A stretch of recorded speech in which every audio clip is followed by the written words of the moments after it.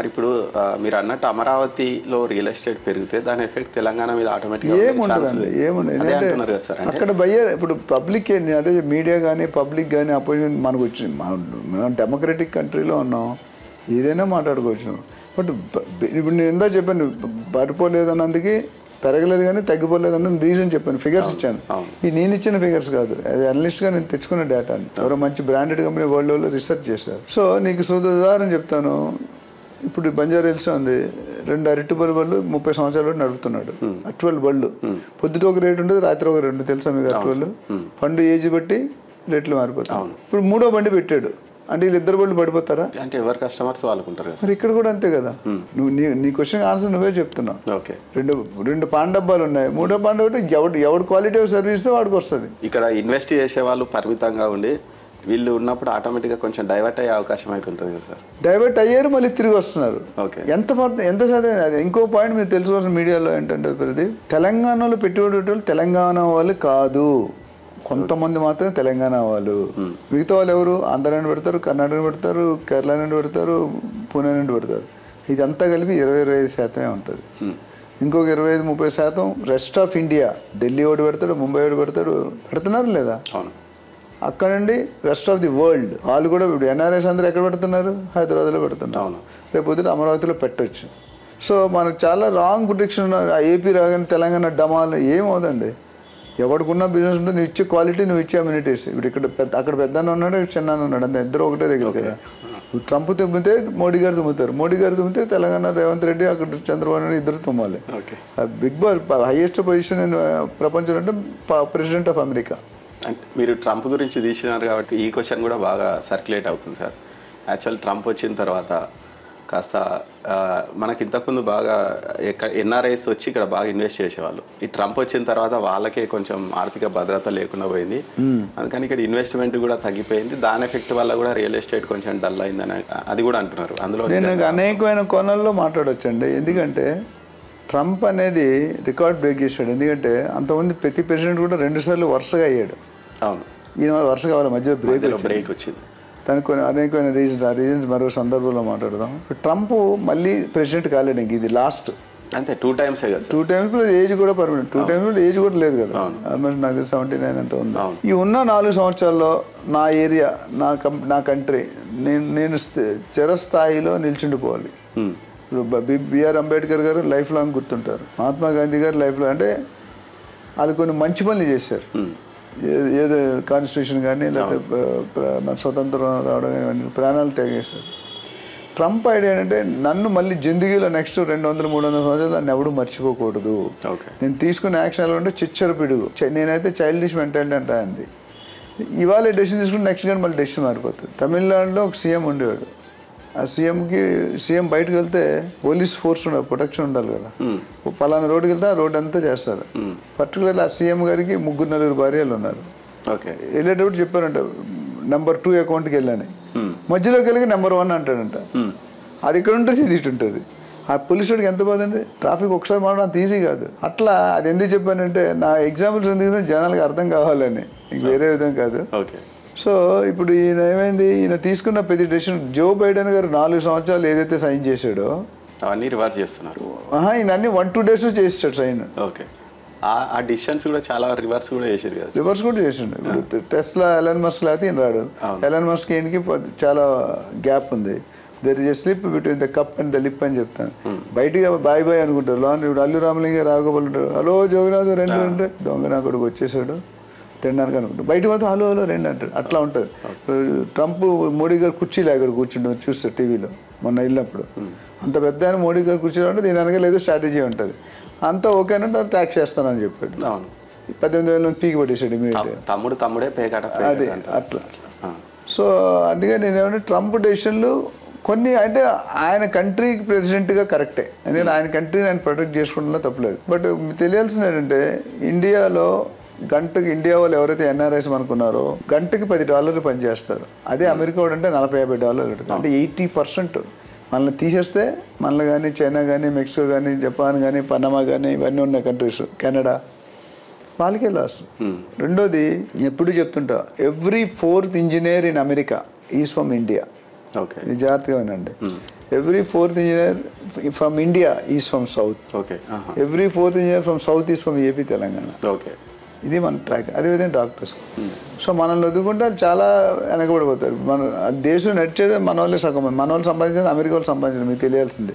అటు బిజినెస్లో కానీ, ఇటు హాస్పిటల్లో కానీ, రెస్టారెంట్స్లో కానీ, ఎంప్లాయ్మెంట్లో కానీ మన వాళ్ళు మంచి top of the top doctors కానీ ఇంజనీర్స్ కానీ మంచి పొజిషన్స్లో ఉన్నారు. ఇప్పుడు సుందర్ పిచాయ్, సత్యానాడాలు ఎవరు మనోళ్ళే కదా వాళ్ళు. గూగుల్, మైక్రోసాఫ్ట్ అంతా మన చేతుల్లోనే ఉంది.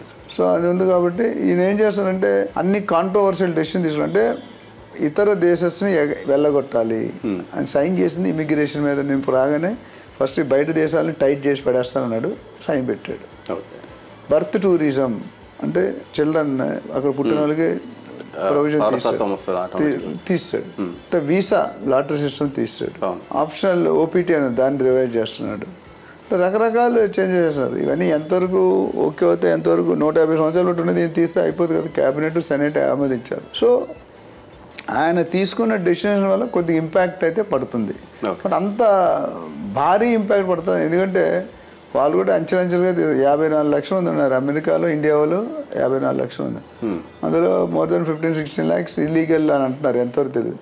అంటే ఆయన ఏం చేస్తాడంటే గ్రీన్ కార్డు సిటిజన్ వాళ్ళని ఏం చేయలేడు అన్న. ఎవరైతే ఇల్లీగల్గా వెళ్ళారో దొంగ సర్టిఫికెట్లు, ఫేక్ సర్టిఫికెట్లు, స్కిల్ లేకుంటే వెళ్తే వాళ్ళకి ఇబ్బంది.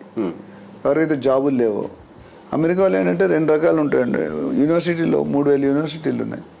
2007 యూనివర్సిటీలు నాట్ రిక్వైర్డ్, అంటే మంచివి కాదు, నామకే వస్తాయి. మున్నాబాయ్ అడ్మిషన్స్ కోసం అంతే. మిగతా 200-300 10% వరకు మంచి. అందులో ఏంటంటే ప్రొఫెసర్స్ ఉంటే వీళ్ళు అసిస్టెంట్గా జాయిన్ అవ్వచ్చు రీసెర్చ్లో. ఈ 2700 అఫీషియల్ వాళ్ళే అసిస్టెంట్స్ ఉంటారు, లెక్చర్స్. వాళ్ళు ఏమి చేస్తుంటారు, ప్రొఫెసర్ ఉంటారు మినిమం. ఈ జాబ్ కూడా ఎక్కడ చేయాలంటే వాళ్ళు ఏ యూనివర్సిటీలో చదువుకున్నారో ఆ యూనివర్సిటీలో మాత్రం చేయాలి. ఇప్పుడు ఏమైంది, అక్కడ లేక పక్కన చేస్తున్నారు. పక్కన ట్రావెల్ చేసిన ప్రతిదీ ఆన్లైన్ కనెక్షన్ కదా, ట్రాక్ చేస్తారు. నువ్వు ఇక్కడ నుండి రోజు అక్కడికి ఎందుకు వెళ్తున్నావు, ఎందుకు వెళ్తున్నావు, అక్కడ ఎందుకు తింటున్నావు, ఏంటి అని పట్టుకుంటున్నాడు. సో అది చేస్తే ట్రాక్ రికార్డ్ బాగుంటుంది. సో అందుకని ఇల్లీగల్ ఉన్న వాళ్ళు ఇంటికి రావడం తప్ప వేరే. ఇప్పుడు మీకు తెలుసు లేటెస్ట్ సర్వే ప్రకారం ఈసారి ఎవ్రీ ఇయర్ 1,40,000 వీసాలు రిలీజ్ చేస్తారు. ఈసారి ఫిల్ అవ్వలేదంట అది. ఓకే. ఎందుకు, more than 50% of the parents కానీ student not willing to go to America.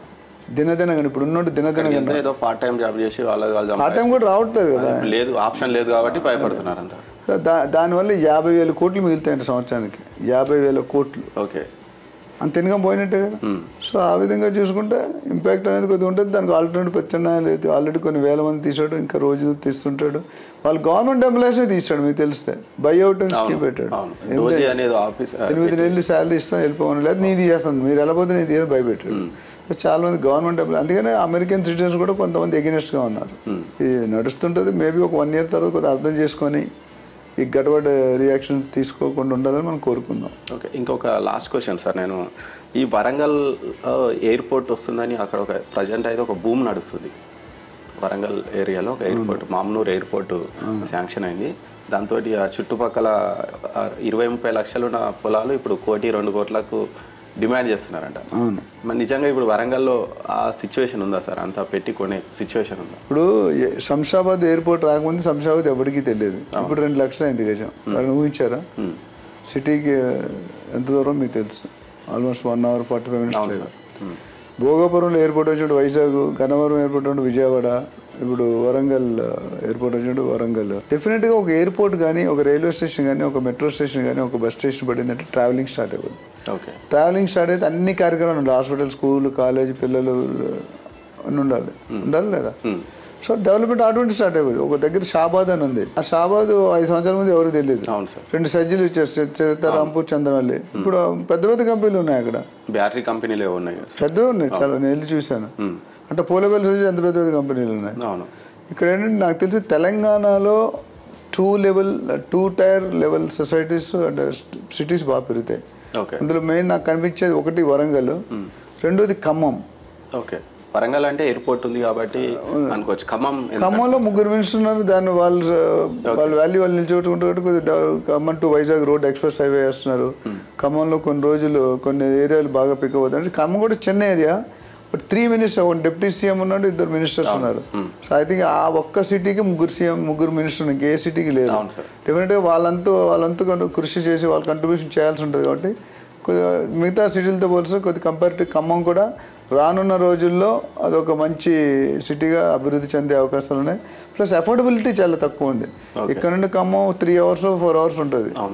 వందే భారత్లో పోతే 4 hours 3.5 hours, మామూలు బై రోడ్ పోతే 4 hours. So not very far. Already మనం జడ్చర్ల మహబూబ్ నగర్ వెళ్తున్నాం. మహబూబ్ నగర్ వెళ్తున్నాం అంటే అక్కడ కూడా 2 గంటలు పడుతుంది కదా, ఇంకో 2 గంటలు వేస్తే అయిపోయింది. బట్ దీంట్లో సగం రేట్లో దొరుకుతున్నాయి. అక్కడ 5,000, 6,000, 10,000 దాకా గజం దొరికిపోతుంది మెయిన్ సిటీస్లో. ఇప్పుడు రకరకాల రోడ్లు ఉన్నాయి అక్కడ. సో మూడోది ఏంటంటే మహబూబ్ నగర్. మహబూబ్ నగర్లో దివిటిపల్లి అవన్నీ కూడా ఆఫ్టర్ ఫోల్లపల్లి సజ్జ అనేది నాకు తెలిసిన మిత్రుడే ఉన్నా, నేను ట్రైనింగ్ చేస్తాను, ఒక 5-6 ప్రాజెక్ట్స్ అక్కడే చేశారు. దానిలో మీకు తెలిసి నాకు చాలా మంది శిష్యులు కూడా అక్కడ ఉన్నారు. సో మహబూబ్ నగర్ కూడా బాగా పికప్ అవుతుంది. ఇక రానున్న రోజుల్లో నిజామాబాద్ అవన్నీ కొద్దిగా టైం పడుతుంది. బట్ ఇప్పుడైతే నాకు ఈ 3 ఏరియాస్, ఒకటి Khammam because of the ministers and near అంటే అది మధ్యలో ఉంది. వైజాగ్కి విజయవాడ అంటే ఖమ్మం తర్వాత ఐ థింక్ విజయవాడ వస్తుంది. విజయవాడ తర్వాత రాజమండ్రి, రాజమండ్రి తర్వాత వైజాగ్. సో ఇక్కడ నుండి ఒక ఎక్స్ప్రెస్ హైవే వేస్తున్నారని విన్నాను నేను ఖమ్మం. సో రోడ్ వేస్తారంటే మొదలవుతాయి జనాలు పికప్స్. అది ఇప్పుడు ఏంటంటే అఫోర్డబిలిటీ తక్కువ ఉంది అక్కడ. ఏంటంటే ఇక్కడ 50,000 ఉంటే అక్కడ 10,000 కంటే ఎక్కువ ఉండదు. సో ప్లస్ మనంత దూరం వెళ్ళక్కర్లేదు ఖమ్మం నుండి. So Khammam is going to be one of the highlight రానున్న రోజుల్లో. Warangal is already there. ఏమో అంటున్నారు మరి సెంట్రల్ గవర్నమెంట్ మోడీ గారు హైదరాబాద్ సెకండ్ క్యాపిటల్ గానో లేకపోతే యూనియన్ టెరిటరీ గానో ఆలోచనలో ఉందన్నారు. అంటే మిగతా ఏ సిటీలకి మనకున్న విస్తీర్ణం లేదు. అలాంటిది ఏదైనా అయితే క్యాపిటల్ ఒక సెకండ్ క్యాపిటల్ అయినా ఏదైనా అయితే మాత్రం వరంగల్ వరకు సిటీ ఎక్స్టెండ్ అయిపోతుంది. మన దగ్గర 200, వరంగల్ కూడా 2.5 hours ఎంత ఉంటుంది, 3 hours ట్రైన్లో. సో అది కూడా అంతవరకు క్యాపిటల్ అంటే అన్నీ రావాలి కదా ఇక్కడ. సో అది చూడాలి, చాలా కూడా అంటున్నారు. బట్ ఆయన మైండ్లో అయితే క్లియర్గా ఉంది అంటున్నారు. దాని వర్కింగ్ జరుగుతుంది. To wait and watch how whether goal. But ఏదైనా అది ఉన్నా లేకపోయినా RRR ఓపెన్ అయిందంటే హైదరాబాద్ రూపురేఖలు ఎప్పుడు పట్టుకోలేండి. Next 10 years Hyderabad is going to rock. One of the best livable city in the world Hyderabad. Awards వచ్చినాయి మనకి. అట్లానే మీరు చూసుకుంటే కాస్ట్ ఆఫ్ లివింగ్ చాలా తక్కువ. వైజాగ్ కంటే కూడా తక్కువ మనకి. వైజాగ్లో ఎక్కువ. ఏ ఫుడ్ అయినా దొరుకుతుంది. గుజరాతీ, రాజస్థానీ, మార్వాడి, బీహారీ, ఏ food. Mini India sir Hyderabad. ఏ కల్చర్ అయినా బతకచ్చు. చాలా మంది ఉంటారు కదా, ఏ అర్నింగ్ తెచ్చుకున్నాడైనా బతకవచ్చు. చిన్న తర్వాత మనకి సునామీలు, ఉడులు రావు. మన డెక్కన్ పక్కన హైలో ఉన్నవాటి అన్ని హిల్స్లో ఉన్నాయి.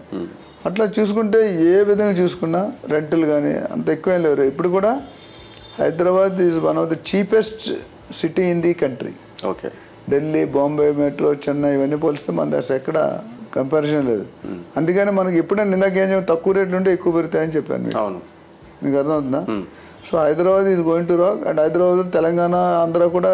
ఆంధ్ర ఇవాళ కొద్దిగా స్లోగా ఉంది కానీ ఇప్పుడు అమరావతి, విజయవాడ, గుంటూరు ట్రయాంగిల్ షేప్లో ఉంది. నేను గుంటూరు హిందూ కాలేజీలో చదువుకున్నాను. సో అమరావతి దగ్గర నేను 50-60 వేలు నుంచి చెప్పాను, 5,000 ఇటు.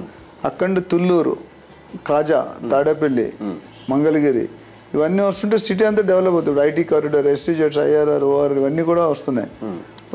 ఎస్పెషల్లీ AICT స్కిల్ యూనివర్సిటీ 50,000 మంది ఫ్రీగా ట్రైనింగ్ ఇవ్వాలని డిసైడ్ చేశారు. మన ఇక్కడ స్కిల్ యూనివర్సిటీకి మీరు చూసుకుంటే శ్రీశైలం హైవేలో మన 4th సిటీలో మీకు Anand Mahindra chairman of Mahindra group చైర్మన్గా జాయిన్ అవుతున్నారు.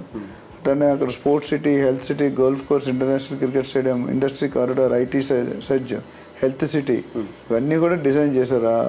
ఒక 6,000, 10,000 మెగా టౌన్షిప్. అంటే గోయింగ్ టు బి ఆ సిటీ కానీ రెడీ అయితే one of the best city. అది 10 సంవత్సరాలు పడుతుంది. 30,000 ఎకరాలు అంటే it's not easy. Already ready ఉంది కదా సార్, అంటే తీసుకొని రెడీ ఉంది. ల్యాండ్ పూలింగ్ చేసుకోవాలి. మొదటి 10,000, 12,000 చేసి మిగతా ల్యాండ్ పూలింగ్ చేయాలి. టైం పడుతుంది. ఒక 20 సంవత్సరాలు పడిన ఆ సిటీ వస్తుంది మాత్రం అన్నిటికంటే one of the best smart city in the world. So ఇది పరిస్థితి. సరే, ఇంకొక చివరి క్వశ్చన్ సార్. ఇప్పుడు ఇండియా, పాకిస్తాన్ మధ్య చిన్న కాన్ఫ్లిక్ట్ కూడా స్టార్ట్ అయింది కదా, దాని ఎఫెక్ట్ ఏమైనా ఉండొచ్చా నిజంగా రియల్ ఎస్టేట్ మీద? అది టూ ఎర్లీ అండి. ఏ లెవెల్ అవుతుంది? నేను పొలిటికల్ అనలిస్ట్ కాదు, నేను ఓన్లీ రియల్ ఎస్టేట్ అనలిస్ట్ని. బట్ డెఫినెట్గా అంటే నాకు తెలిసి ఇప్పుడున్న పొజిషన్లో చూసుకుంటే సీరియస్నెస్ ఉంది. టెంపరీ ఎఫెక్ట్ అయితే ఒకవేళ నిజంగా వార్ డిక్లేర్ చేస్తే మాత్రం సమ్ ఇంపాక్ట్ పడవచ్చు. అంటే మనం చాలా దూరంగా ఉన్నాం కాబట్టి మనం బార్డర్లో ఉన్న వాళ్ళకి ఇప్పుడు పంజాబ్ అటు సైడ్ పోతే తప్ప మనకి అంత మేజర్ ఇంపాక్ట్ యాక్చువల్లీ మన హైదరాబాద్ పైన అయితే మ్యాక్సిమం 99% లేదండి. ఎందుకంటే మనం చాలా దూరంగా ఉన్నాం కాబట్టి ఉండదు అనుకోండి. ఎందుకంటే హైదరాబాద్ అంటే అవన్నీ దాటుకొని రావాలి కదా, మన వాళ్ళు ఏం పడుకోరు కదా, మన వాళ్ళు కూడా చిచ్చారు, మన ఆర్మీ కూడా స్ట్రాంగ్గానే ఉంది. అంత heavy damage expected as for Hyderabad. India real estate వేరు, హైదరాబాద్ రియల్ ఎస్టేట్ వేరు. హైదరాబాద్ లక్కీగా సెంటర్ ఆఫ్ ది ఆ చివరి నార్త్ కాశ్మీర్ టు కన్యాకుమారి మా మధ్యలో ఉన్నాం, అటు సగం ఇటు సగం ఉంది. సో ఎఫెక్ట్ అనేది కొద్దిగా అంత ఎక్కువ భారీగా ఉండకపోవచ్చు అనేది, బట్ చూడాలి. We have to see what is the plan. Modi గారు కంప్లీట్ పవర్ ఇచ్చారంటారు డిఫెన్స్, ఆర్మీ, నేవీ, ఎయిర్ ఫోర్స్కి. మీరు ఏదైనా చేయండి, మనం అడుగుతారు లెసన్ చెప్పాలి, పాఠం. మన మీటింగ్లో ఎక్కడో విన్నాను, ఇప్పుడు కూడా మాక్ డ్రిల్ ఉంది 3 గంటలకి. ఎక్కువ తక్కువ అయితే డిక్లేర్ చేసినా పెద్ద ఆశ్చర్యపడదు. వాళ్ళు చేస్తారా వీళ్ళు చేస్తారా. ఆల్రెడీ పాకిస్తాన్ డిఫెన్స్లో పడిపోయింది, మనం అంటే భయపడుతుంది ఇప్పుడు. వాళ్ళ వెనకాల 2-3 కంట్రీస్ ఉన్నాయి కాబట్టి వాళ్ళు కొద్దిగా ఈ చిన్నగా కంట్రీతో పోలిసి మన దగ్గర వాళ్ళు నథింగ్ అండి.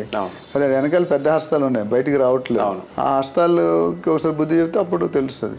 కానీ ఈసారి ఏదేమైనట్టుగా ఈసారి వార్ అయితే మాత్రం చాలా సివియర్గా ఉంటుంది.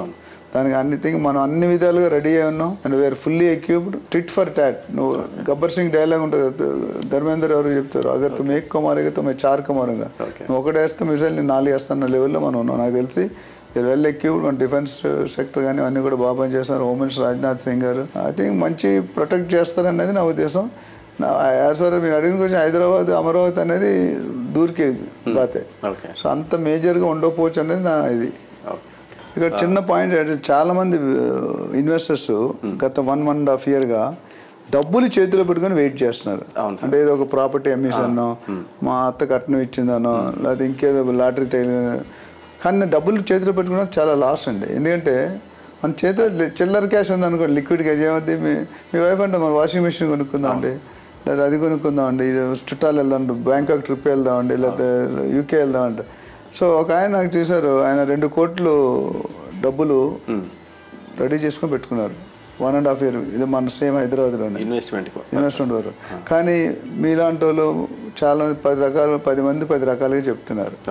చెప్పినప్పుడు వాడు కన్ఫ్యూజ్ అయిపోతున్నాడు. ఇప్పుడు నేను చాలా మంది చెప్తాను, పెళ్లికి చూపుల్లో నువ్వు 2-3 చూడాలి, కానీ 10 మంది అమ్మాయిలు చూసి నువ్వు కన్ఫ్యూజ్ అయిపోయి ఏదో డొక్కటలో తాలికట్టేది. చాలా ఓపెన్గా చెప్తాను ప్రాక్టికల్గా.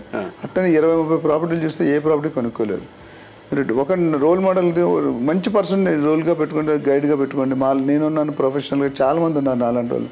మా రియల్ టాక్స్ కంపెనీలో ఇన్వెస్ట్మెంట్ అడ్వైస్ సెల్ అని ఉంటుంది. మాకు కంపెనీ వెబ్సైట్ www.realtorauction.com, అందులో నెంబర్ అన్నీ ఉంటాయి ఆఫీస్వి. అడ్వైస్ ఇక్కడ నేను డబ్బులు పెట్టుకొని హోల్డ్ చేసే వాళ్ళకి ఒకటే సజెషన్ ఏంటంటే ఇమీడియట్గా కొనుక్కోండి. ఎందుకంటే రానున్న 2-3 నెలల్లో రేట్లు పెరగడం ఖాయం. గత 1.5 yearగా బిల్డర్స్ తట్టుకొని తాడు మీద నడుస్తున్నారు. ఎప్పుడు ఇటు పడతారో అటు పడతారో తెలియదు. గవర్నమెంట్ కూడా ఆల్రెడీ డిక్లరేషన్ ఇచ్చింది రేట్లు పెరుగుతాయని. బేస్ రేట్లు పెంచున్నారు, రిజిస్ట్రేషన్ రేట్లు పెంచున్నారు. సో ఈ నేను చెప్పిన 2 కోట్ల ఆయన ఈ 1.5 yearలో 50 లక్షలు ఖర్చు పెట్టాడంట. ఇన్వెస్ట్మెంట్ తగ్గిపోయింది, 1.5 వచ్చింది. చేతిలో ఉన్నాయి డబ్బులు రెడీగా ఉన్నాయి ఇంట్లో. అంటే దానికి 10 లక్షలు, దీనికి 5 లక్షలు, టూర్ అని, చుట్టాలని, వాడికి అప్పు కావాలని, ఏదో ఒకటి. అంటే అదే భూమి మీద పెడితే మీరు దాన్ని రెట్టింపు అవుతుంది కానీ తగ్గదు. ఇది తగ్గిపోయింది. ఇంకో 1.5 year అయితే 1 కోటి రూపాయలకి వస్తాడు, తర్వాత ఇంకేముండవు. సో అలాంటి వాళ్ళు ఎవరైనా ఉంటే అది నేను సజెషన్ రిక్వెస్ట్ చేస్తుంటే మీరు కొనుక్కోవాలంటే పెట్టేసేయండి భూమి మీద. పెట్టేటప్పుడు మాత్రం ఒక చిన్న పాయింట్ అంటే ఒక ఏజెంట్ అపాయింట్ చేసుకోండి, professional real estate agent appoint చేసుకోండి. ఎవరికైతే 10-15 సంవత్సరాలు ఆ ఏరియాలో ఆ సెగ్మెంట్లో నాలెడ్జ్ ఉన్నాడు. ఇప్పుడు చౌటుప్పల్లో చేసినట్టు వచ్చి తెల్లాపూర్లో చేయాలంటే ఫెయిల్ అవుతాడు. ఎవడి ఏరియా వాడిదే. ఇప్పుడు మాస్ వేరు, క్లాస్ వేరు, న్యాచురల్ నాని వేరు, రకరకాలు ఉన్నాయి. అందరూ హీరోలే. లవ్ స్టోరీ చేసే హీరో లవ్ స్టోరీ చేయాలి, అది action hero action cinema. Actor కనుక డాక్టర్ పని చేస్తే ఏమవుతాడండి పేషెంట్ అయిపోతుంది. సో నా ఫస్ట్ సజెషన్ అంటే మీరు ఫస్ట్ టైం 2వ కనుక రియల్ ఎస్టేట్ కొనుక్కునేటట్టయితే దయచేసి నా దగ్గర రావచ్చు. నా అలాంటి వాళ్ళు చాలామంది ఉన్నారు. కాకపోతే వాళ్ళ క్రెడెన్షియల్స్, గ్రౌండ్ క్లారిటీ చెక్ చేసుకోండి. వీడు ఎన్ని రోజులు పట్టినాడు, ఎన్ని డీల్ చేశాడు, వాడు ఎంతమంది కస్టమర్స్ ఉన్నారు, ఆ కస్టమర్ దగ్గర ఒపీనియన్ ఏముంది, రిఫరెన్స్ అడగండి. బిల్డర్ కూడా అంతే, ఎన్ని ప్రాజెక్ట్ చేశాడు అనేది, ఎన్ని ప్రాజెక్ట్స్ టైంలో కంప్లీట్ చేశాడు అనేది ఇంపార్టెంట్. ఇలాంటివన్నీ చూసుకుంటే మీరు మీ ట్రాన్సాక్షన్ అయిన తర్వాత పీస్ ఆఫ్ మైండ్ హ్యాపీగా నిద్రపోతారు. లేకపోతే టికెట్ లేని ప్రయాణం ఎక్కట్లు. సో అది మాత్రం చేసుకొని పెట్టుకుంటే మంచిది. కొనుక్కునే వాళ్ళు ఇంకా వెయిట్ చేయకండి, హ్యాపీగా కొనుక్కోండి, మీకు మంచి రేట్ వస్తుంది. అది రియల్ ఎస్టేట్ అంటే ఎవరైతే ల్యాండ్ పైన కానీ ప్లాట్ పైన కానీ ఇన్వెస్ట్ చేయాలనుకుంటున్నారో ఇది చాలా మంచి టైము. తొందరలో ఇన్వెస్ట్ చేసేయండి. మీరు ఆగితే తర్వాత మళ్ళీ రేట్స్ పెరగవచ్చు, లేదైతే సార్ చెప్పినట్టు మీ దగ్గర ఉన్న డబ్బులు కూడా అయిపోవచ్చు. కాబట్టి ఎవరైనా రియల్ ఎస్టేట్లో ఎవరు ఇన్వెస్ట్ చేయాలనుకున్నా కానీ ఇది మంచి టైం అయితే చెప్తున్నారు సారు. ఫ్యూచర్ చాలా అద్భుతంగా ఉండబోతుందని కూడా చెప్తున్నారు. తెలంగాణలో కానీ ఏపీలో కానీ రియల్ ఎస్టేట్ స్లో డౌన్ అయిన మాట వాస్తవం, కాకుంటే ఎక్కడ రేట్స్ అయితే తగ్గలేదు. ఇంకా ఫ్యూచర్ చాలా బాగుంది.